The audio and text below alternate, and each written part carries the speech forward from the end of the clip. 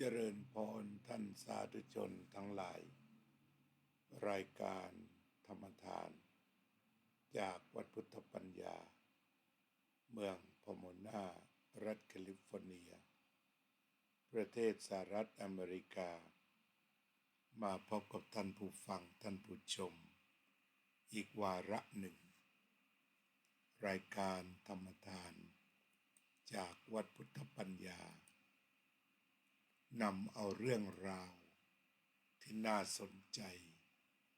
มาแบ่งปันแก่ท่านสาธุชนทั้งหลายวันนี้ก็คงจะพบกันสั้นๆเพื่อแจ้งข่าว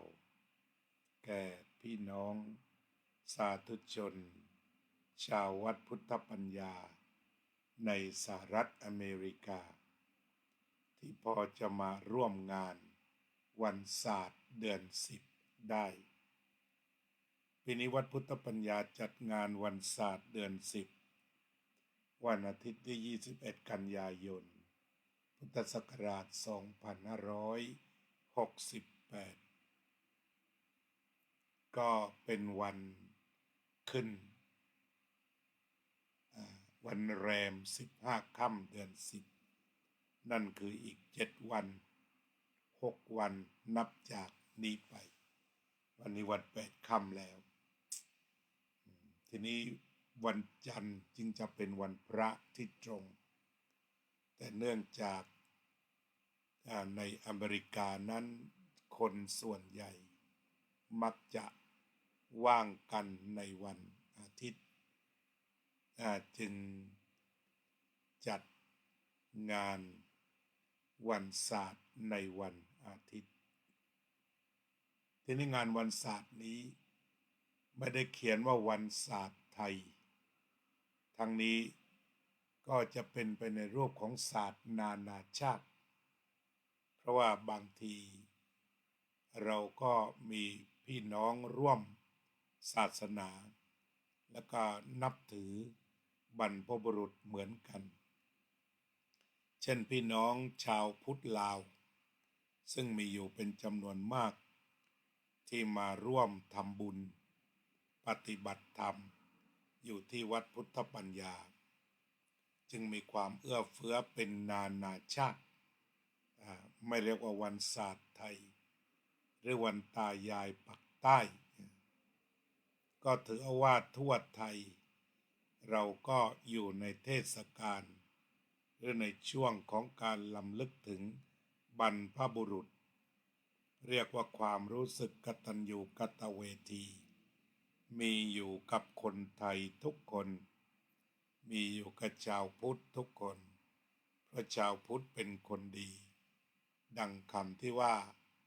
นิมิตตังสาธุรูปานังกตัญญูกตเวทิตานั่นเอง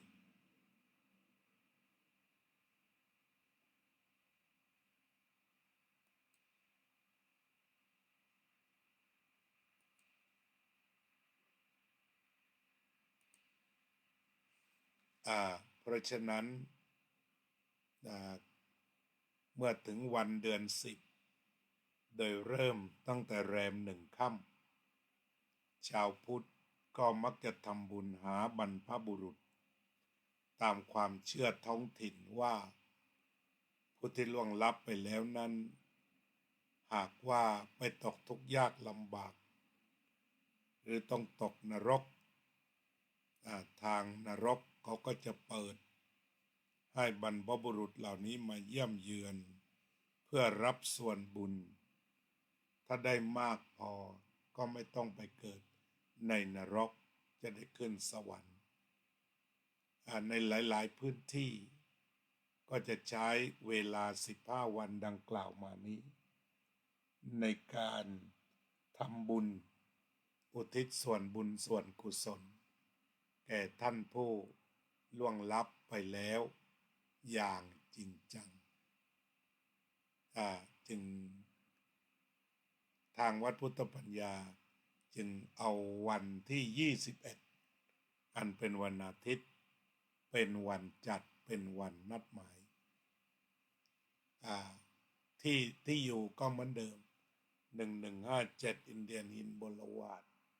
ผมโมนา CA 917767รายการหรือเวลาเริ่ม 10.30 น.เราก็ทำวัดเช้าสวดมนต์แปลตามปกติ11บังสกุลบรรพบุรุษในจุดนี้ถ้าท่านมีรูปบรรพบุรุษติดตัวมาบังสกุลก็จะเป็นเรื่องที่ดีมากแต่สำหรับท่านที่ไม่มีบรรพบุรุษมาเราจะเตรียมกระดาษเตรียมปากกาไว้ให้ท่านเขียนชื่อบรรพบุรุษนอกจากนั้นเสร็จแล้วเราก็จะทำบุญตักบาตรถวายภัตตาหารเพลพระสงฆ์ฉันภัตตาหารพุทธศาสนิกชนก็รับประทานอาหารร่วมกันในส่วนท้ายของประชาสัมพันธ์ว่าเชิญทุกท่านนำอาหารข้าวหวานในจังหวัดที่ท่านอยู่มาร่วมทำบุญและแบ่งปันกันรับประทานมีเจตนาลึกๆก็คือว่างานนี้นอกจากเป็นวันกตัญญูก็เป็นวันวัฒนธรรมท้องถิ่นคำว่าอาหารข้าวหวานในจังหวัดที่ท่านอยู่ก็เอาเป็นว่าอยู่หมู่บ้านไหนอำเภอไหนตำบลไหนจังหวัดไหนจำได้ว่าพ่อแม่ปู่ย่าตายายเคยทำอะไร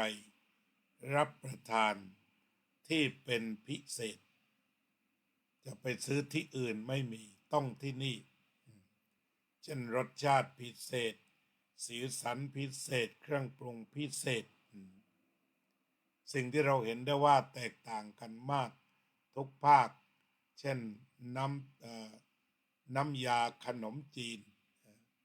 เราเห็นว่าแต่ละภาคมีวิธีการทำไม่เหมือนกัน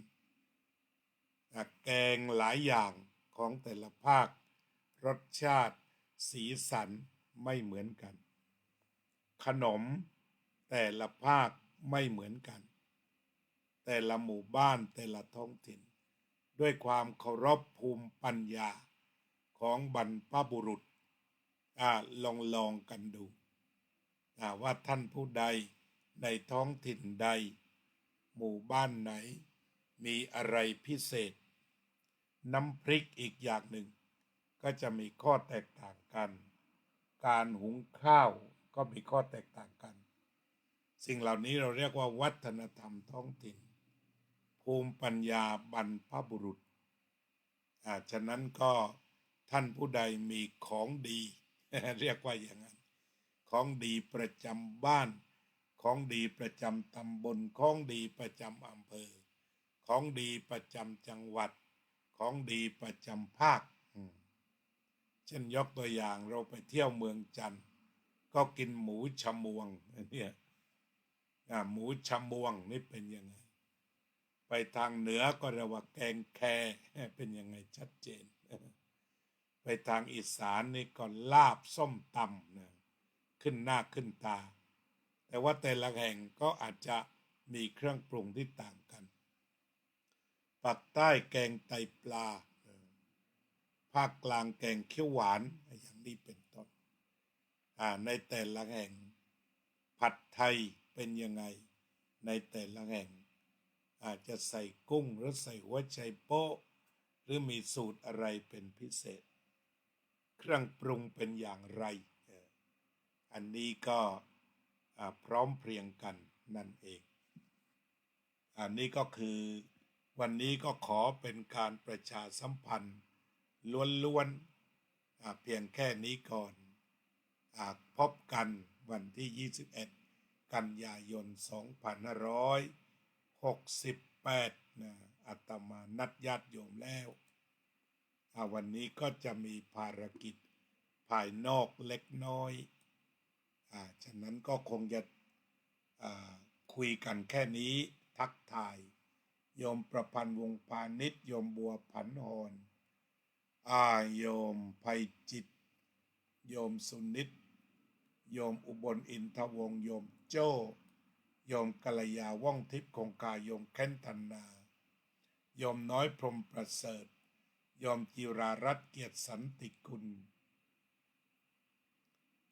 โยมรัตตินันชวราโรธโยมพะเยาเจนพนัท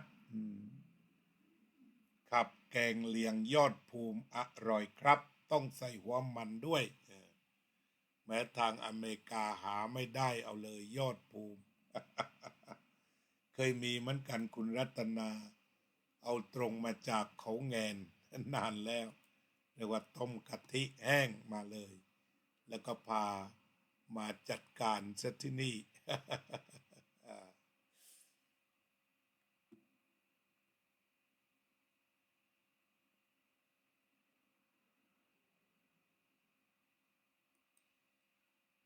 เพราะฉะนั้นก็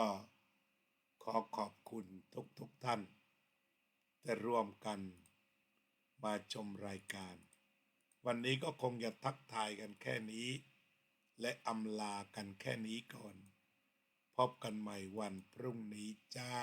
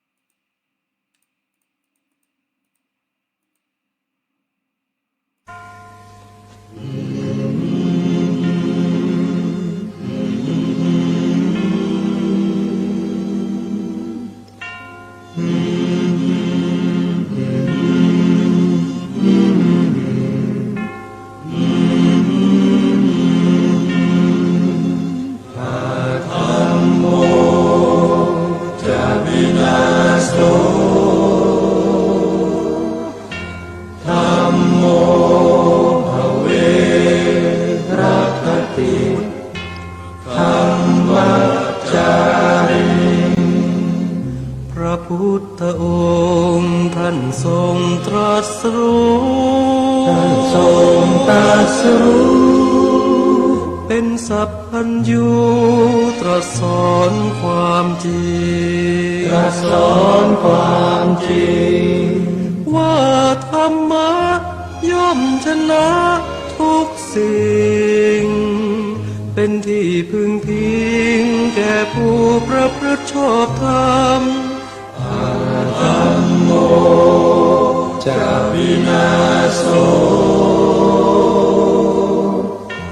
ธัมโมภเวรัคติ